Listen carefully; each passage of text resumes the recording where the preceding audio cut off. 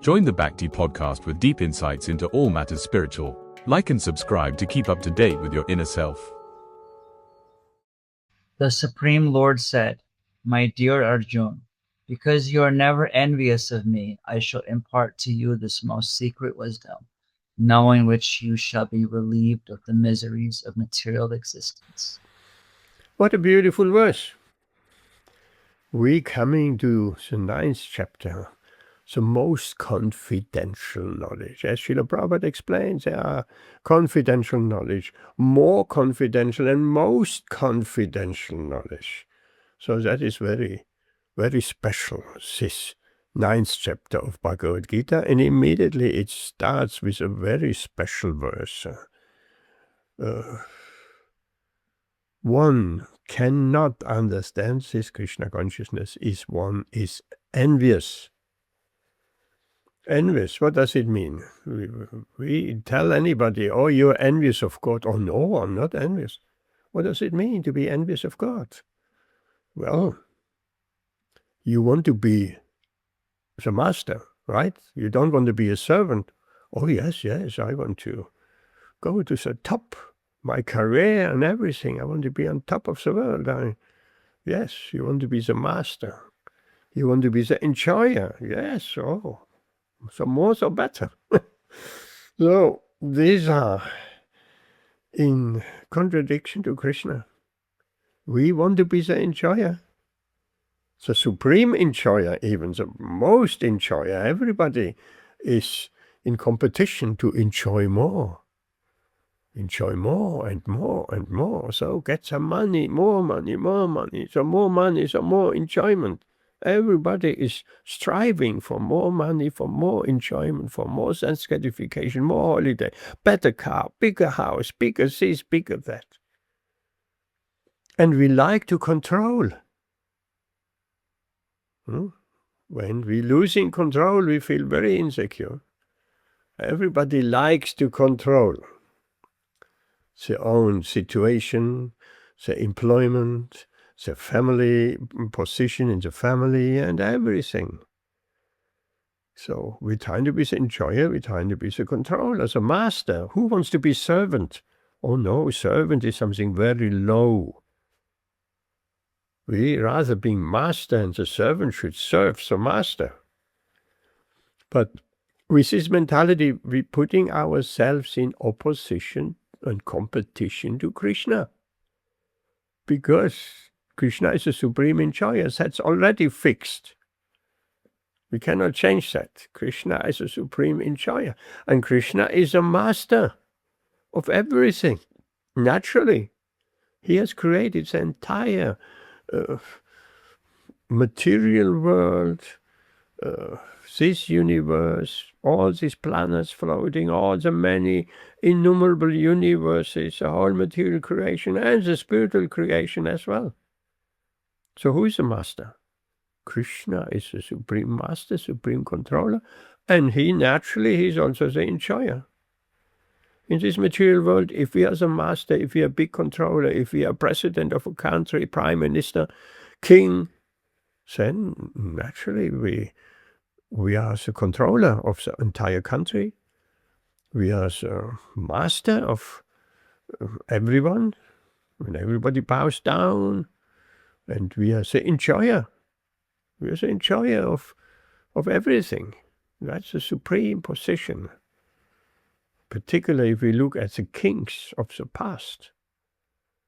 Louis XIV in France, huge castles with gardens and everything. And nowadays, any millionaire, or to speak of billionaire, or any long-term presidents or leaders of countries, just we look at the top politicians in America and Russia and anywhere. They have huge villas. Or let's look at the United Kingdom. Buckingham Palace, where the king, the queen, 30 rooms or something like that. Who needs a house, a place with 30 rooms? They're never full. Not even if guests are coming, never full. They're standing empty at there. Okay, if I'm the Supreme Master, Supreme Enjoyer, then I can sleep every night in a different room. Oh, wonderful, well done. Every night in a different room. That riches will allow that, or any powerful person, or any rich person, any millionaire, billionaire. So, but nobody can compete with Krishna. He's a master of the entire universe, of all the millions, innumerable universes too. And he's an enjoyer. So, as we see in the material world, the servant of an important person, of a very rich person, he also enjoys. He also lives in the palace, he eats similar food. He's also enjoying along with the king. So the same counts with Krishna. Those who serve Lord Krishna, so taking part in his opulences, they also enjoy with Krishna. Enjoyment in this material world is not possible. Real enjoyment. So here, Krishna is saying, Arjuna, I give you this most confidential knowledge. I introduce you because you're never envious of me. And we could ask the question, why is Arjuna not envious of Krishna? Because he has surrendered unto him. Already in the second chapter, Karpanya dosha pahatasvapava prichchami, and so on. Now I am a soul surrendered unto you. Please instruct me. Arjuna was bewildered. He couldn't find any way out of his bewilderment. He had a nervous breakdown, so to speak. He was shivering. Tears were coming from his eyes. Hair standing on end. He had to sit down on the chariot when he saw with who he has to fight. Means who he has to kill. Because fighting means killing for Kshatriya. So he had a breakdown and he didn't know what to do. And then, by his good fortune, he turned to Krishna. Of course, Bhagavad Gītā, Arjuna is a pure devotee, eternal associate of the Lord. And we should know when that pastime of Kurukshetra comes to an end, it starts again somewhere in some other universe, on some other planet. These pastimes going on around the clock. Why is Krishna displaying these and so many other pastimes?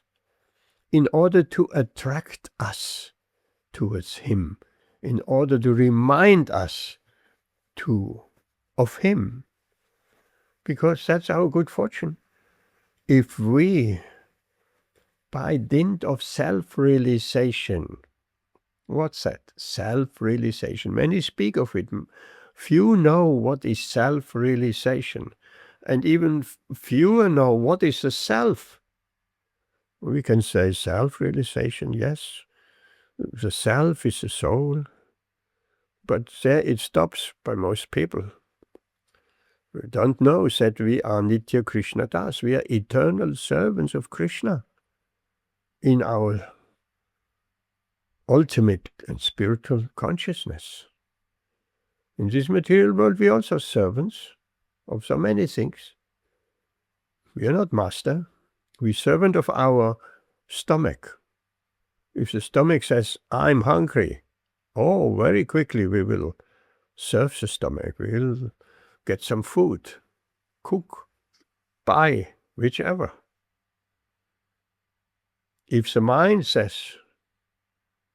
go, enjoy this, we're saying, yes, good idea, let's go. And all the senses, they're pulling us in all different directions. We are Go-dasa, that word is used. We are servant of Go means senses. We are servant of our senses and the mind included. Because we follow our senses and mind. If the mind proposing something, we don't refuse. Oh yeah, good idea. Let's do it. Because we haven't learned to distinguish between the mind and the true self. We may understand we are not this body. We hear it all the time. But we are not the mind either. That takes a little bit more practice to understand we are not the mind. If we are not the mind, we are the soul, we are the observer, we are pure consciousness. We are so fortunate in this human form of life. Only in the human form of life we can have this self-awareness. The animals don't have that at all. The consciousness is limited in the animal species of life. They cannot think about themselves. What to speak of observing their mind? They also have a mind, of course. They cannot observe their mind. Most people can neither observe their mind. They're not used to. They have never tried it. They don't know how to. But as devotees, we, or anybody meditating, that's the aim of meditation, to distinguish between the self and the mind, and to reach the super soul within the heart. So, because Arjuna is not envious, is not in competition, he has surrendered, he's a disciple. Then Krishna says, because of that, I impart this most secret wisdom to you. And what is the result of this secret wisdom of pure devotional service? If you really understand, there's two things in this verse. The Sanskrit, we have isolated it. Jnanam is knowledge. Jnana. Kirtanam is knowledge. And vijñana is realized knowledge. Knowledge alone is book knowledge. Srila Prabhupada has strong words. He said book knowledge is useless. Useless. Anybody can have the book knowledge. You can study Bhagavad Gītā from an academic point of view, historical point of view. You will not understand very much. You don't have entrance to the deeper secrets of Bhagavad Gītā. And Bhagavad Gītā has some deeper secrets. Not like the gentleman I gave Bhagavad Gītā, I came again a year after. Have you read Bhagavad Gītā? Yes, I read it. It's always the same. I read it. Well, do you understand anything? What is it about? He couldn't say a single word what Bhagavad Gītā is about. He has read it, but he hasn't understood nothing. And it's not possible by our own, as Srila Prabhupada points out in his purport, in several parts of the purport, association of devotees is so important. So important. That's what we have tonight. If we're missing out on the association of devotees, our spiritual life is on standstill. What does that mean? The spiritual life is on standstill. It means time is passing by. There's a nice example. The sun moves from the east to the west. If we move with the sun, we will be always in its light. If we take a break, a holiday, a vacation, a rest, soon we will be overcome by darkness.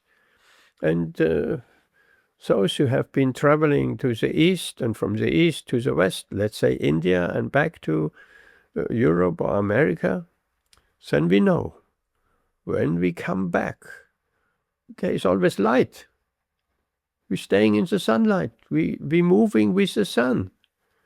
Therefore, at a certain point, when it's evening, the stewardess says, okay, put the blinds down.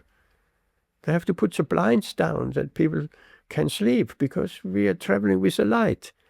So that's a very important point. Spiritual life is not so much where we are at, which level of spiritual life we are at. That is very individual, depending on many things, depending on how early in life we started. Prahlad Maharaj, he spoke to his classmates who wanted to just play. He said, this Krishna consciousness needs to be taken up from early childhood. If someone takes up Krishna consciousness from early childhood, then he has a good chance of becoming self-realized and reaching the ultimate goal of life. Goal of life, most people don't even know what is the goal of life. They think the goal of life is to satisfy the senses. But they're never satisfied. They want more and more and more and different and more, never satisfied. The senses are never satisfied. It's like a fire. We put some ghee into the fire, as we will do on Saturday. The fire is never satisfied. It swallows up all the ghee. So more ghee, so bigger the fire. It's with the senses, exactly like that. So more we satisfy the senses, so more they want, so more they demand. There's a very nice story.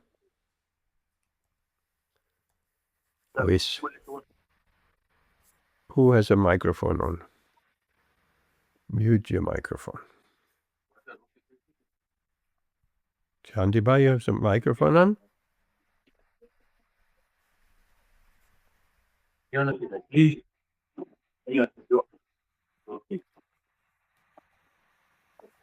Jayandiba, yes, let's mute him. Keep always the microphone off. So,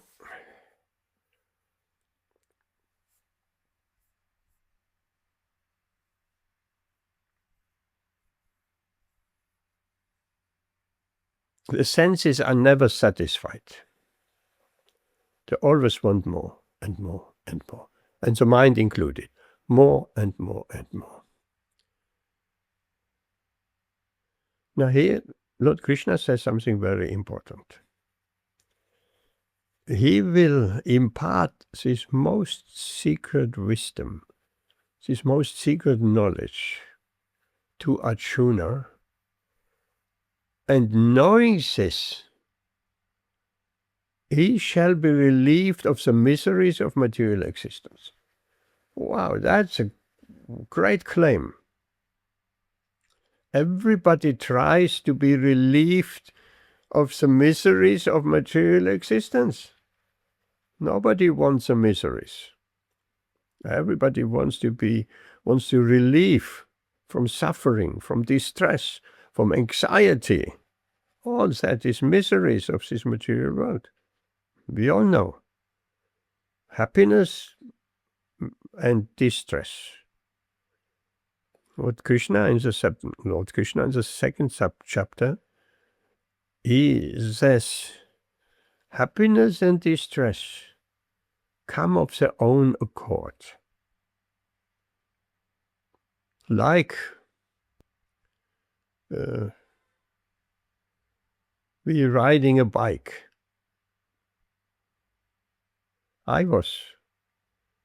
When I was young, I had my bike and I rode to the next village and it goes up the hill. Very hard work. Up, up, up. But I knew on the other side it's going down again. So it was all worthwhile to struggle up to the hill and then down again. Beautiful. So it's up and down and up and down. That's a material world. Nobody can experience only happiness, and nobody, likewise, will experience only distress. Happiness comes and goes, and distress comes and goes. So, and we try to minimize the distress and maximize the happiness. That is the material consciousness. We try to increase our happiness and avoid distress. Distress in so many forms. Why are there so many hospitals and so many this and that and so many counseling and so many ways to avoid the distress? Why is everybody striving for material comfort?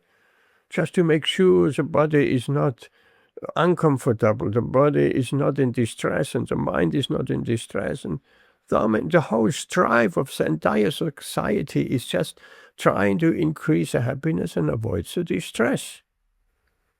People go on holidays, go take a break, a weekend, and this just to try to increase the happiness. And then Monday they're back at work and misery starting again, and they try to avoid that in so many ways. When everybody thinks, if I have just money, money, money, money, I can avoid all distress. But why are rich people, they also experience distress. Sometimes they commit suicide. They're millionaires. If that would be true, that with lots of money we have only happiness. There's an interesting example. When, I don't know, 20, 30 years ago, when the national lottery in England started, in the UK, it was the first time they introduced the national lottery. And the first draw, a Muslim family won the top prize, millions. And they were a happy family, more or less, normal, average family, and peaceful.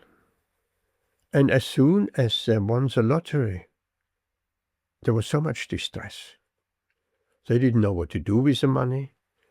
Then in the community, people said, you cannot accept money from gambling. You should give it away. It was a big controversy.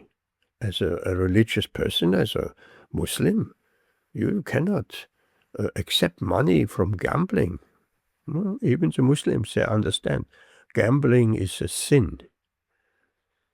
So, what to do? And it went in the news everywhere. And then someone phoned me as a representative of the Hare Krishna Center. What would you do? The Muslims they're saying we cannot accept that money. What about the Hare Krishnas? What would you do? Accept it? Reject it? And here we had the term yukta vairagya, to use everything in Krishna's service. I said, we will accept that money. Well, she was surprised. How come? I thought you're religious. No, we can use any and everything in Krishna's service, not for our selfish desires. Not that we win the money in the lottery and then we're going on an extended holiday in the Caribbean all around the world and buying a cruise ship and a bigger house and a bigger car and bigger this and bigger that, just for our own sense pleasure. That's a materialistic outlook. We don't do that. We employ it in Krishna service. We live a very simple life, before the lottery and after the lottery. And we use that money to propagate Krishna consciousness. There are so many ways. So many ways. With a lot of money we put Krishna, we put the Bhagavad Gītā verse on every billboard in town. Every week a new verse. 365 days a year, for instance. Or distributing literature in great volume, prasadam, building a temple, many temples, centers. So there's no shortage what we can do with a lot of money. So here Lord Krishna is telling Arjuna, if you understand this knowledge, which I shall give you now, you will be relieved of all miseries of material existence. Everybody tries to avoid the miseries of material existence and working so hard into a factory, getting money and trying to, thinking with the money I can avoid some miseries of this material world. And here, it's so simple. Just understanding this knowledge of Bhagavad Gītā, one is relieved from all the miseries of material existence. Such an easy way. But people don't believe it. Oh, I don't believe that. I have to work hard. I have to get money, money, money. But it's a fact, because the consciousness changes. Let's look at the purport. Srila Prabhupada says, as we hear more and more about Krishna, we become more and more enlightened. The hearing process is recommended. Hearing about Lord Krishna. The messages of the Supreme Godhead have immense potency. And the topics about Krishna, they're discussed amongst devotees. Again, amongst devotees, association of devotees. And Srila Prabhupada contrasts that. If we discuss Bhagavad Gītā in the association of mental speculators or academic scholars, the result will not be self-realization. Why? Because discussing the messages of the Supreme Godhead amongst devotees, there will be realized knowledge. So how do we get realized knowledge? That's an interesting question. We can get knowledge through reading books, even reading spiritual books like Bhagavatam, Bhagavad Gītā, Chaitanya Charitamrita, Nectar of Devotion, and so many others. But when does it become realized knowledge?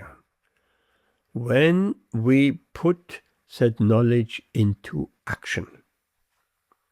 Then it becomes realized. Practical. You have to act. It's no good to just read Bhagavad Gītā, hear Bhagavad Gītā, read Bhagavad Gītā for eternity, but not engage in action. This Bhagavad Gītā needs to be not only heard, perhaps at the beginning we'll need to hear, yes, but we have to put it into practice. Like Arjuna. Arjuna was not. Krishna tells him all this knowledge and all the yogas and speaks about so many topics. And Arjuna sits back on the chariot and says, oh, thank you, now I have learned something here. So what next? What did Arjuna do after hearing the entire Bhagavad Gītā? Krishna is not forcing him in any way. He's saying, okay, now you have heard all these topics. All this confidential knowledge, more confidential knowledge, most confidential knowledge. You have heard about pure devotional service and everything you have heard. What now? What will you do now? It's up to you. Krishna says it's up to you. Or at the beginning of Bhagavad Gītā, Krishna says, fight. And Arjuna says, no, I can't. I'm too attached. And then, at the end of Bhagavad Gītā, after Arjuna heard everything, he says, yes, I will fight. On your behalf, Krishna. Arjuna fights on Krishna's behalf.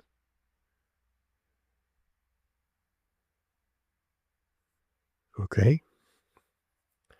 So, in the association of mental speculators and scholars, that is not possible. Because the mental speculators said, don't act according what Krishna is saying in Bhagavad Gītā. What Guru, what spiritual master, what Srila Prabhupada is saying. No, they make their own conclusion.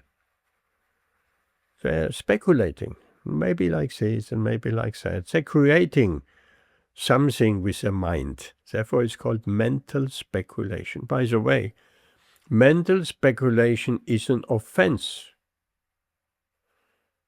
We say no gambling. But no gambling, one of the 4 regulative principles. No gambling means also no mental speculation, because mental speculation is just like gambling. We're just creating some ideas in our mind, and it's not authorized. As devotees, we stick to the authorized topics, to the authorized path of hearing Bhagavad Gītā from the self-realized soul, from the pure devotee, and we acting accordingly. It's not possible to realize said knowledge and become free from all miseries by making up our own path. So realized knowledge. And another verse in Bhagavad Gītā, Lord Krishna says, Tesham sattata yuktanam. If one serves Lord Krishna with full faith and devotion, I give knowledge in the heart how you will come to me. Wow. Throughout the heart. So Krishna is as Paramatma in the heart of all living entities. For him, it is not very difficult to inspire us from within. But he will do that only if we have that mentality of surrender and service. We're serving Krishna, even mentally serving Krishna. We're subordinate. We're giving up that idea of I'm the master, I'm the supreme enjoyer. We make ourselves subordinate. Krishna, you lead my life. You lead the path. I'm surrendered unto you. Instruct me. Reveal within my heart how to get closer to you, how to come to you, and how eventually reach you in the spiritual world and not taking another birth again. If we tell that an average materialistic person, we can stop birth and death, they will laugh at us. Nobody can stop death. Well, we can stop birth of not taking another birth in this material world if we are successful on that path of self-realization. No more birth means no more death, naturally. So, then Srila Prabhupada goes on in his purport that the devotees are constantly engaged in the Lord's service. And also Srila Prabhupada points out the 9 limbs of devotional service. They are very important. In Sanskrit, you may come across that sravanam, kirtanam, vishnu smaranam, padasevanam, archanam, vandanam, dasyam, sakyam, atmanivedanam. Sravanam means hearing, like Parikshit Maharaj on the bank of the Ganges. He was cursed to die within 7 days. So he was hearing Bhagavatam for 7 days, Shravanam. One can, just by one of the 9 limbs, one can become fully perfect. One can practice all of them, maybe 5, maybe 3, but at least one. Shravanam is one. Maharaj Parikshit became perfect just by hearing Srimad Bhagavatam from Shukadeva Goswami, who is an emblem of kirtanam. It's the next, Shravanam Kirtanam, speaking.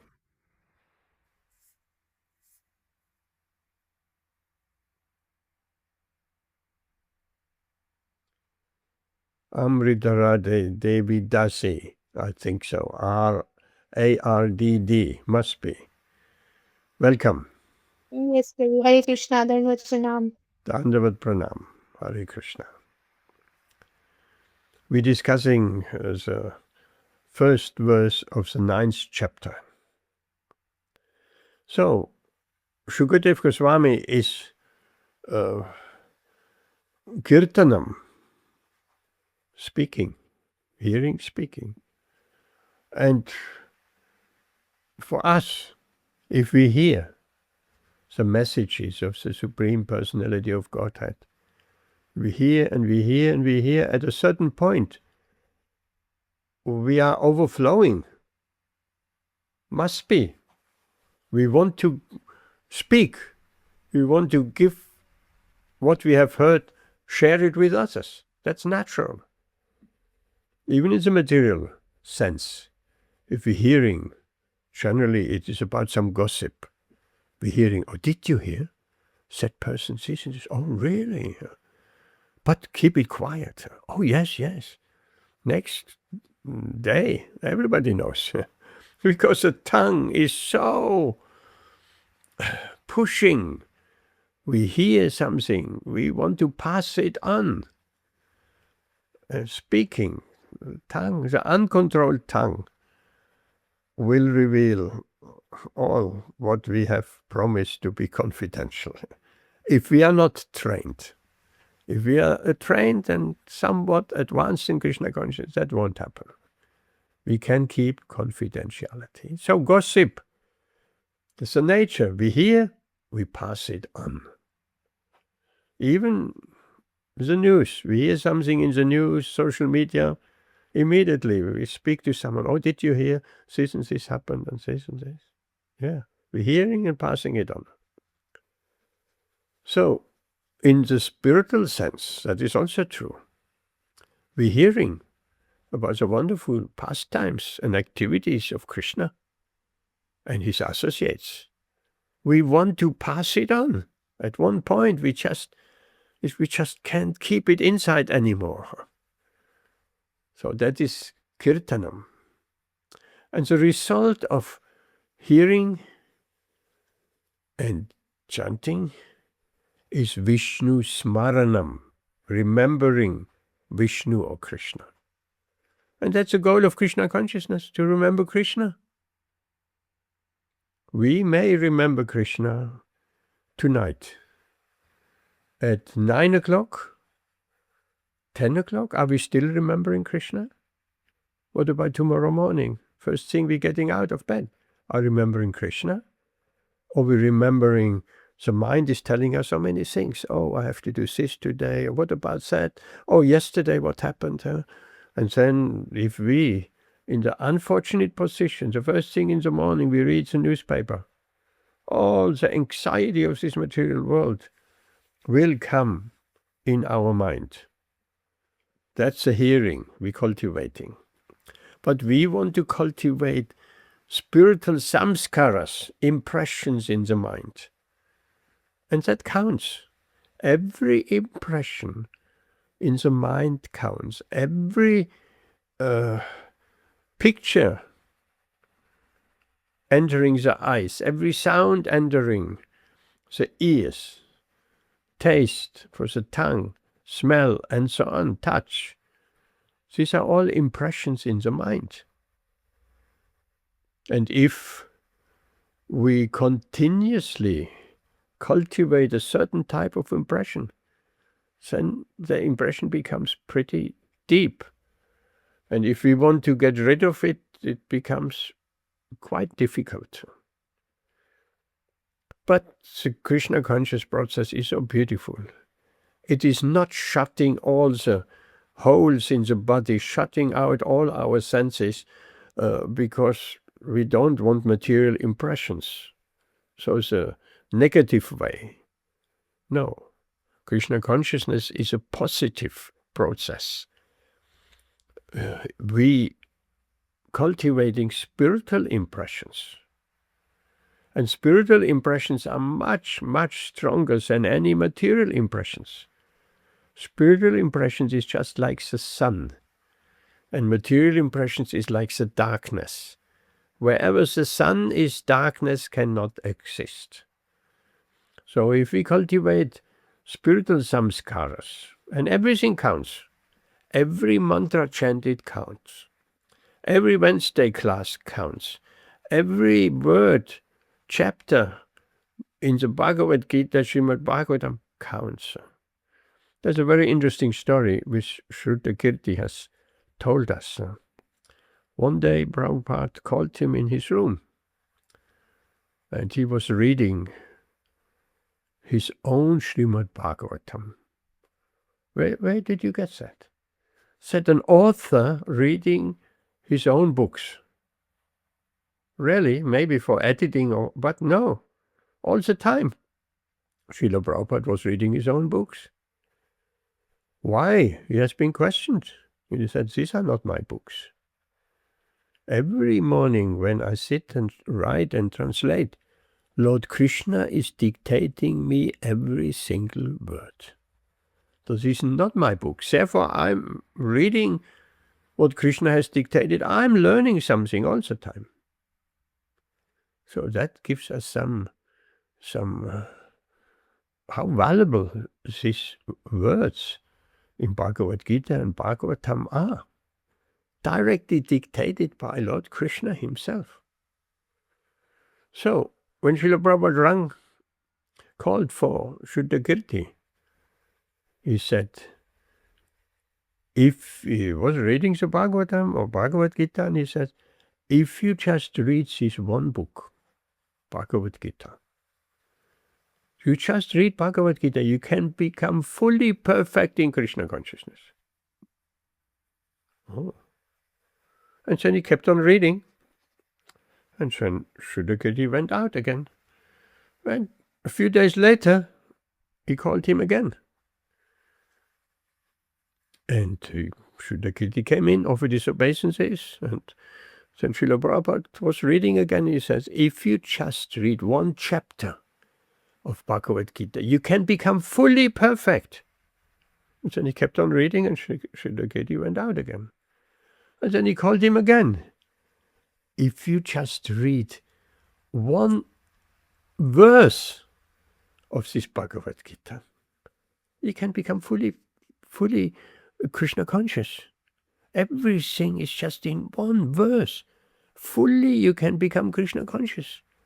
You're hearing said one verse, reading said one verse, and you can become self-realized just by reading one verse deeply, deeply. And then Shrutakirti went out again. And next day he called him again. Srila Prabhupada was reading Bhagavad Gītā. If you just read one line only, you can become fully perfect. What was that? And then he called him in again the next day. If you just read one word, only one word in Bhagavad Gītā, you become fully self-realized. Why? Because these are not material sound vibrations. This is spiritual sound. As much as a Mahamantra is spiritual sound. It looks like for a mundaner, this is just a sound like anything else. The sound vibration, we can record it, we can see it as a graph. It's just sound. No, it's spiritual sound. It can, how do we know it's spiritual sound? Because it can penetrate the heart and it can awaken our dormant remembrance and relationship with Krishna. And that is a goal of devotional service, of all of our activities. Remember Krishna. We could make an experiment. And even while chanting Hare Krishna, Hare Krishna, Hare Krishna, Krishna Krishna, how many times is the mind wandering somewhere else? How many times? In one round of japa, 108 names. How many times is the mind going away? Of course, we bring the mind back. What to speak of when we're not chanting? What to speak of, as we said before, 9, 10 o'clock tonight, tomorrow morning? Where is Krishna? When is Krishna entering our life next? Next Wednesday? Next morning when we chant? Hopefully we do. So how much remembrance of Krishna is within 24 hours of a day? 5%, 10%, 20, 30, 40, 50, 80? We can find out for ourselves. Because the goal is 100. How can we remember Krishna? We're doing so many things. We have to work, we have to do this and that, so many household chores. Oh yes, we can remember Krishna in all of these. All of these. It's just like sometimes you come to people's houses and the television is on. It's some background noise, background music, constantly on her. So Krishna consciousness has to become like a constant presence in our life. Constantly on, like the television. Of course, not just as a noise in the background, but as a presence there. Krishna being present in our life. And it's not that difficult. By practice. Everything counts. We said everything counts. Every mantra chanted. Every obeisance offered. Every prasadam taken. Every time we speak with devotees, every time we hear, every time we read, every time we go to the temple, every time we associate with devotees online, all that counts. That makes spiritual impressions, samskaras. We are, at least those from an Indian background, they very much know about the samskaras. When their children come to a certain age, they're doing the samskara of eating the first grains. And there's another samskara they're doing, the child we just can crawl at that stage, and they're putting in one corner of the room, they're putting the Bhagavad Gītā, in another corner they're putting some shiny money, coins and like that. And then let the child crawl. Where does he crawl? Towards the money or towards the book? That gives some indication of the future attraction of Vijay. Hare Krishna, welcome. The future attraction of the child. Where will he go? Towards the book, towards the money. So, we have to cultivate these spiritual samskaras more and more. And the more we cultivate, the more spiritual impressions are there, so easier it becomes, and Krishna becomes a part of our life, a big part. And perhaps we feeling and we are connected with Krishna 50% in 24 hours. But we spoke about this before. It is no good to cultivate spiritual samskaras, impressions, and at the same time being exposed to material impressions. We're not talking about material impressions which we have to go shopping and we have to do this and that and we have to speak social interaction with others at work and like that. That is not association in that sense we are talking about. Association is we opening our heart. Of course, if we are at work and we are surrounded by materialistic people and materialistic talk, and we're opening our hearts, then we get the impression, material samskaras, bam. But if we anchored in Krishna consciousness, we're going to work, we're going shopping, we're doing so many things, we're surrounded by a total materialistic atmosphere. We are anchored in Krishna consciousness. It will not affect us at all. We don't open our heart to all these things because we're remembering Krishna. So that just shows how important that remembrance of Krishna is. Back to Srila Prabhupada's purport. A devotee, a self-realized soul, has no material pangs. Also he is in the material world. That's Srila Prabhupada's words. We need to cultivate a sincere desire to render loving service to Krishna. Even here, situated in material existence. And with that mentality, we are considered already liberated. Everybody wants moksha, liberation. If we fully absorbed in Krishna consciousness, then we are already on the liberated stage. Anyone, Srila Prabhupada says in the 10th chapter, anyone who is engaged in that way is a liberated person. Liberated from the attraction of this material world.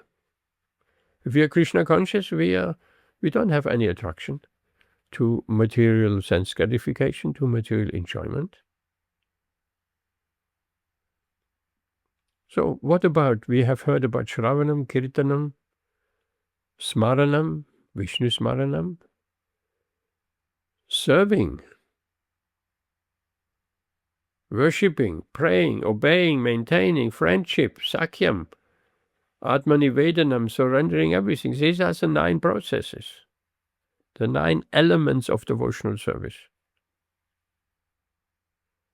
One following, all of them, 5, 3, 2, at least one is elevated to spiritual consciousness, Krishna consciousness.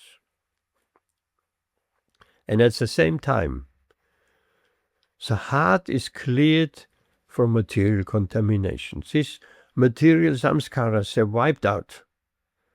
If we practice enough spiritual impressions, again, the sun is there, darkness cannot exist simultaneously. And one can understand Krishna. And Srila Prabhupada makes here a very important point. Simply of understanding I'm not material. That's a beginner's level. That is not sufficient. That's the beginning of spiritual realization. One should recognize the difference between activities of the body and spiritual activities by which one can understand that he is not the body. To understand our activities with the body, that's not very difficult. But spiritual activities are those activities in devotional service. We perform activities in devotional service. These are spiritual activities.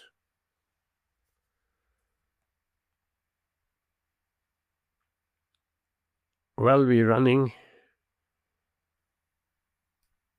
a bit late. Let's have some questions. Questions.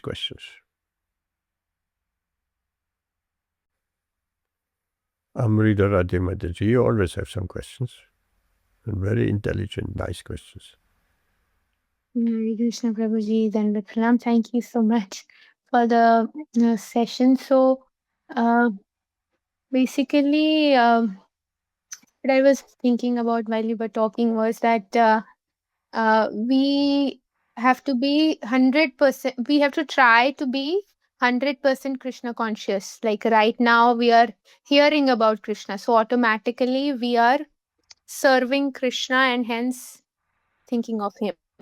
So, my question basically is that how important you feel is the jnana of sambandha, meaning sambandha gyan, because once we know that our relationship with Krishna is that of servitude and that everything is being provided by Krishna, my skills, my abilities, my body, my mind, intelligence, then I feel remembering Krishna even while doing mundane stuff is possible. This is my understanding. Is that correct? Or is such a gyan will come later in the life of a sadhaka? That's my question. Or is it required for us to know our sambandha? Then that automatic remembrance will be there. Explain to others Right. what sambandha. So sambandha gyan means knowledge of one's relationship with Krishna. And so a living entity is always a servant of Krishna. He's supposed to give pleasure to Krishna, and by doing so will automatically feel bliss.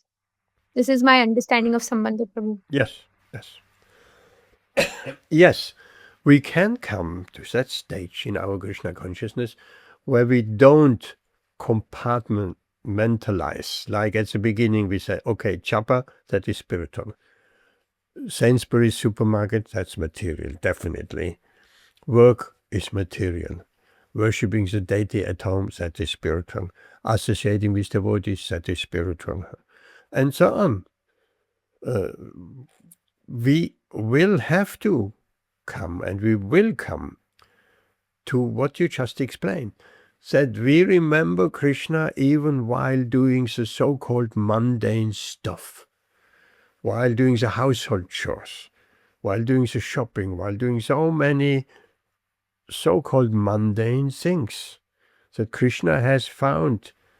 The presence of Krishna is in our life to such degree that we can remember him throughout the day, and then all these so-called mundane things in our life, from work to traveling by the bus or by car to the workplace, and doing our activities at work, and that all becomes spiritualized.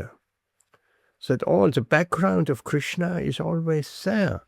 Krishna is so much a presence that we don't totally forget about him. He's there.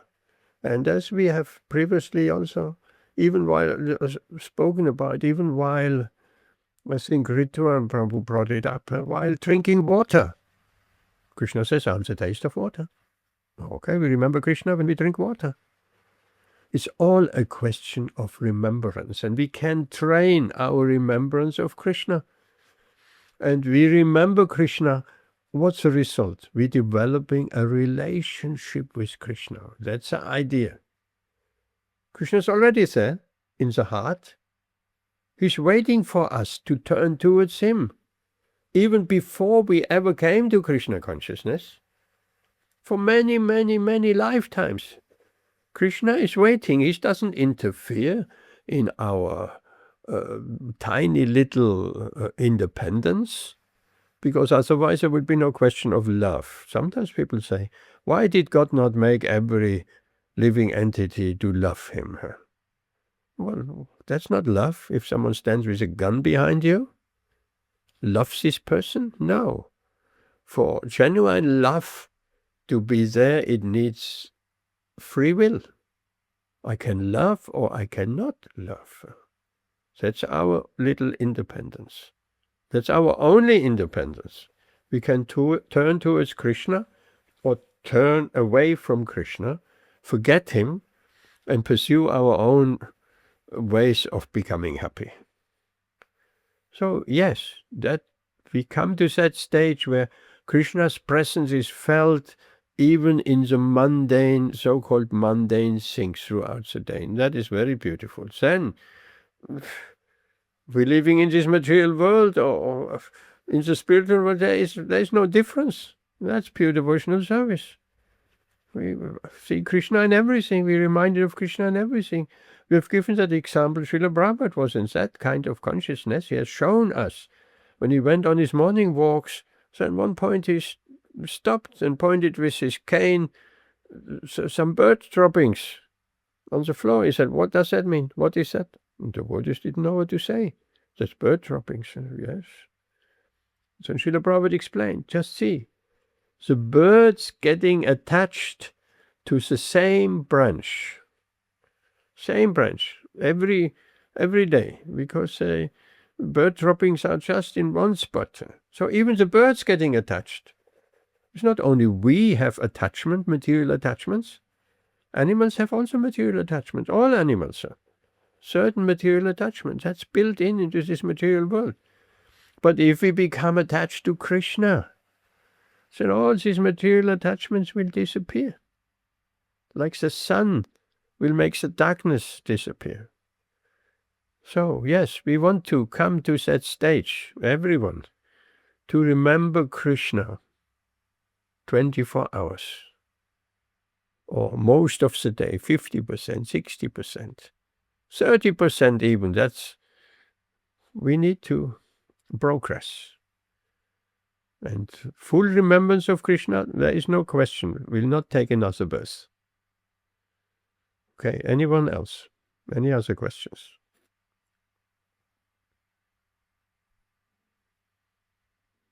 Sergey, anything?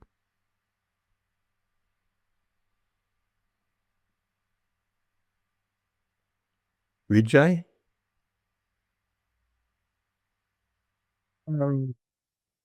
Ask a question about kanista, adhikari, be a neophyte.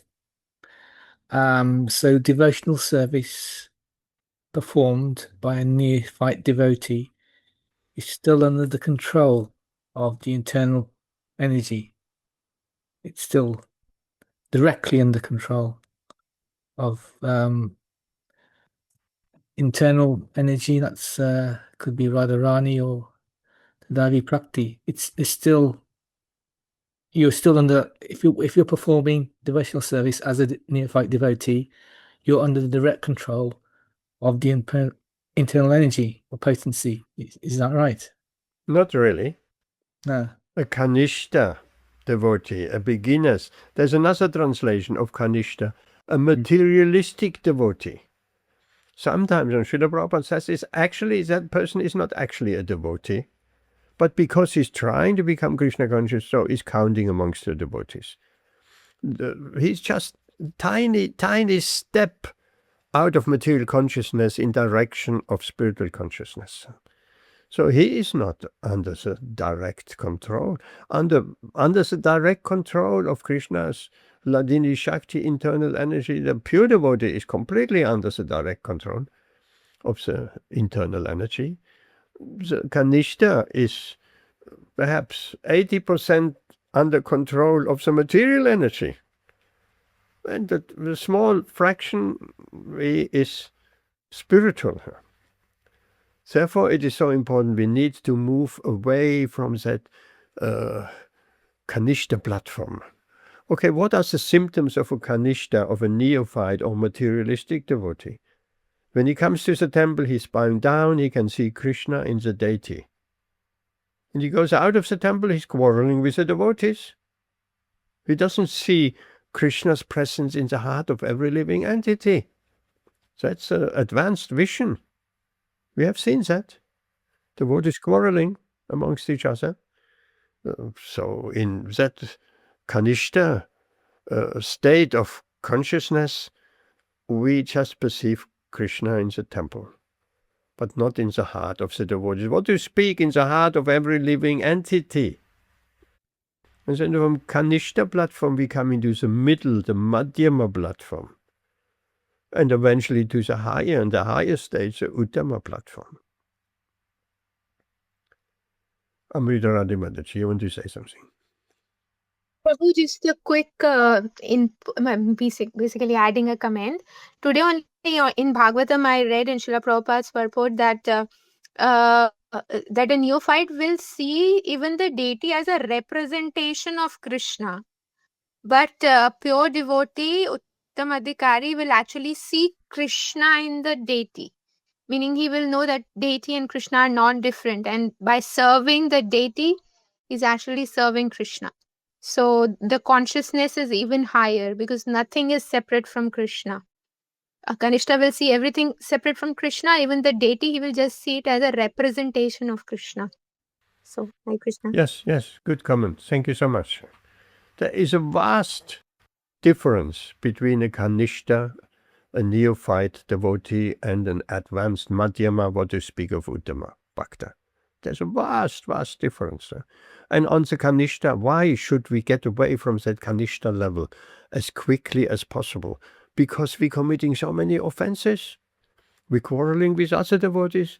We're even thinking, oh, this devotee, this is an American devotee, this is an Indian devotee, on this. We're criticizing in so many ways, and these are all offenses. And this weighs us down with all these offenses. So we should get away from that kanishta platform and as quickly as possible getting at least established on a more progressive spiritual realization. Mehul. Hare Krishna Prabhuji, I'm sorry I'm late. I joined very late. That's okay. So, what I feel is that the levels of devotees, whether it is kanista, madhyama, or uttama, it does not depend on what position you are. Just because somebody is a sannyasi or somebody is a Babaji, is uttama, it's kanista, it's madhyama. No, the kanista, uttama, madhyama entirely depends on the consciousness that the person has. A person who is a sannyasi can also be an kanista, not uttama. It all depends on the consciousness, the level of surrender that a person has.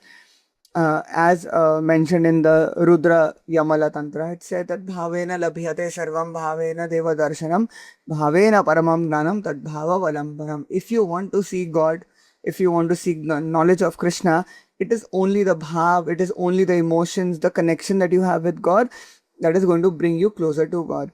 Without which it is not going to happen. So a kanista devotee, somebody may say, oh, he's just a new bhakta, new devotee wearing yellow as a new bhakta.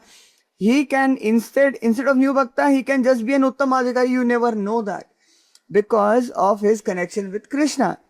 And because Krishna is always our Chaitya Guru guiding us in our hearts, what we need to do, how we need to elevate ourselves in spirituality. Even Prabhupada with his Vani, with his lectures, with his instructions, he's guiding us at all the times.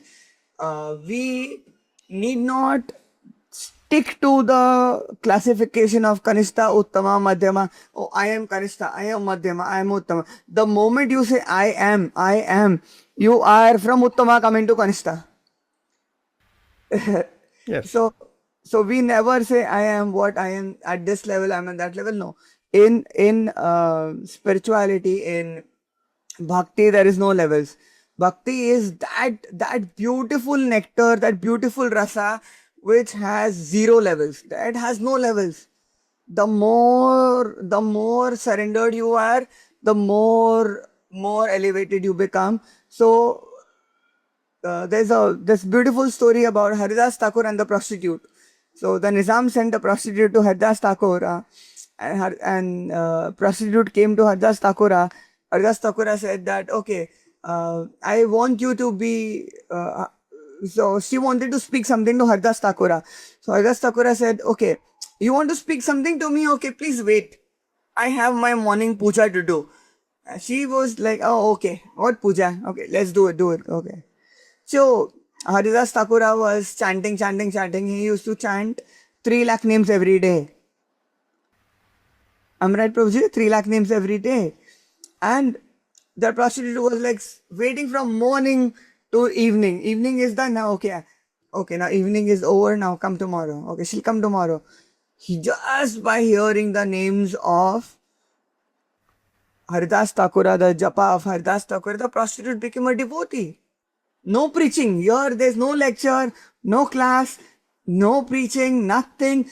Just watching Haridas Thakur do his Nitya Puja, is chanting of Hare Krishna Mahamantra, she became a devotee. So, Kanista is the most lowest, that's okay, but a prostitute, almost considered as outcast out of the society, she then decided to become disciple of Haridas Thakur. Just because Harinam influenced her. Just because holy name. There's no preaching, there's no lecture. Haridas Thakur never gave her a class of Bhagavatam or Bhagavad Gītā. This is what you should do. This is what you should do. No, nothing.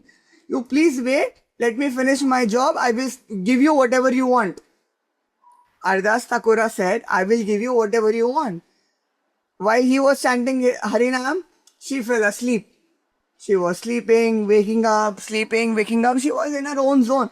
She was getting bored. But then she was hearing the Harinam that Ardas Thakura was chanting. Hare Krishna, Krishna Krishna, Hare Hare, Hare Ram, Ram, Ram, Ram. Just hearing, but then after 3 days, she surrendered and said, no, Nizam sent me and please take me in your shelter. The transformation happened. Yes, very beautiful. Thank you very much. A beautiful story. And we may talk about the levels, kanista, madhyama, uttama. We have to speak about that. But a devotee will never, ever even think in his mind, I'm on that level or I'm on that level. No. In fact, an advanced devotee will think he is on the lowest level. Anyway, these are some. Also, we can take one more question. Prabhuji, can I ask one question? I mean, just for clarification, will you? Yes. Oh, Ritwan Prabhu. Yes, please. Yeah. Prabhuji, I mean, this varnashram dharma is varnashram is there where there are 4 classifications, varna and ashram. I mean, generally speaking, what the there's Devi varnashram and the varnashram which is according to the Smartha Mat. Even in Devi varnashram, I mean, the level that which how a devotee is, or not a devotee, the levels is that the sannyasi is to be considered as the highest. Yes, it all depends upon the consciousness, and Shudra can be the greatest of the Vaishnavas, as Mahaprabhu has said. Kiva Vipra Kiva Nashi Shudra Kane Noy, Jai Krishna Datta Vitta Shri Guru Hoy. But like from our point of view as sadhakas, even if we see like in the greater Vaishnava society, there are brahmacharis, there are grihasthas, there are vanaprasis, and there are sannyasis. But from the sadhaka point of view, we should definitely I mean, what I feel is we should consider sannyasis to be at the level of madhyamadhikari or even uttamadhikari. So if we are grihasthas, if we think that the sannyasi might be a kanista, might be a madhyamadhikari, might be, so are we I mean, do we have the right to judge a sannyasi or even a vanaprasthi who are basically, according to the varnashram dharma, higher in a higher status, social status, or a higher spiritual status than a grihastha? Because Chaitanya Mahaprabhu did not like transgressing the etiquette, which he mentioned to Jagadananda Pandit, who tried to teach Sanatan Goswami. So he did not like anybody to transgress their etiquette. So that's what I was thinking. Like, how should a sadhaka, specifically a grihastha sadhaka, look into this? Yes, thank you, Ridwan Prabhu. As devotees, we never judge anyone. We never judge anyone. And etiquette has to be said, yes. Sannyasi is whichever level. We most of the time, we cannot even see that level. If we are not advanced in spiritual realization, we cannot see which level someone is at. But respect must be given her. Respect. Amani namanadena. Shikshastakam. Amani namanadena. We need to respect everyone without expecting respect in return. That's very important. What is a consequence of Amani namanadena? Kirtaniya sadahari. We can chant the holy name without interruption 24 hours. If we don't respect everyone, sannyasi or shudra or brahmin or kanista or anything, we must respect the Vaishnavas, and not only the Vaishnavas, every living entity, Brahma Buddha Prasanatma. The Shochadina Gangshidi, Sama Sarveshu Bhuteshu. Equal vision. That's important. We don't judge anybody. Yes, respect must be given according to one Ashram Dharma. Otherwise, the whole society, Vaishnava society, will be in topsy-turvy. Yes, does that make any sense, Ritu and Prabhu?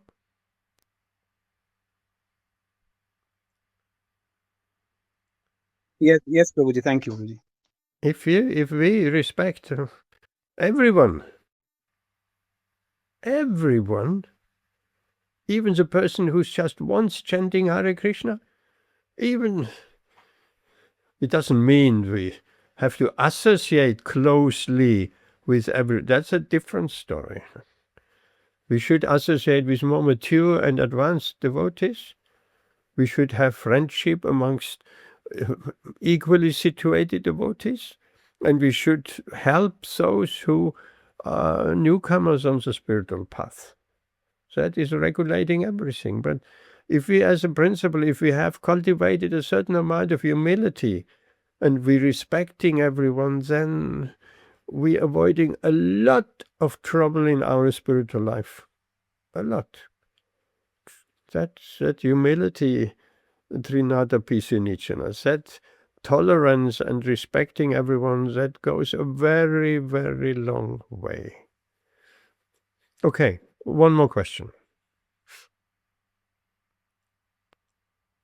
Anyone? Hare Krishna, Prabhuji. Can I add something to it? Yes. I said that. Come closer to your microphone. Yeah. So can I add something to it? That so Prabhuji asked the question about the uttamadhikari, madhyamadhikari, if sannyasis are uttamadhikari. So what I feel is just give me one second, Prabhuji. Little one is in my hand. Just 1 second, Prabhuji.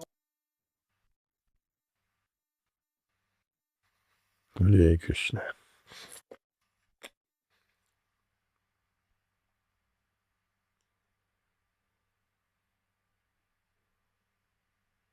Mehul, come. We're running out of time. Yeah, I'm here, Prabhuji. So I was saying that first of all, we are not sadhakas, we are bhaktas.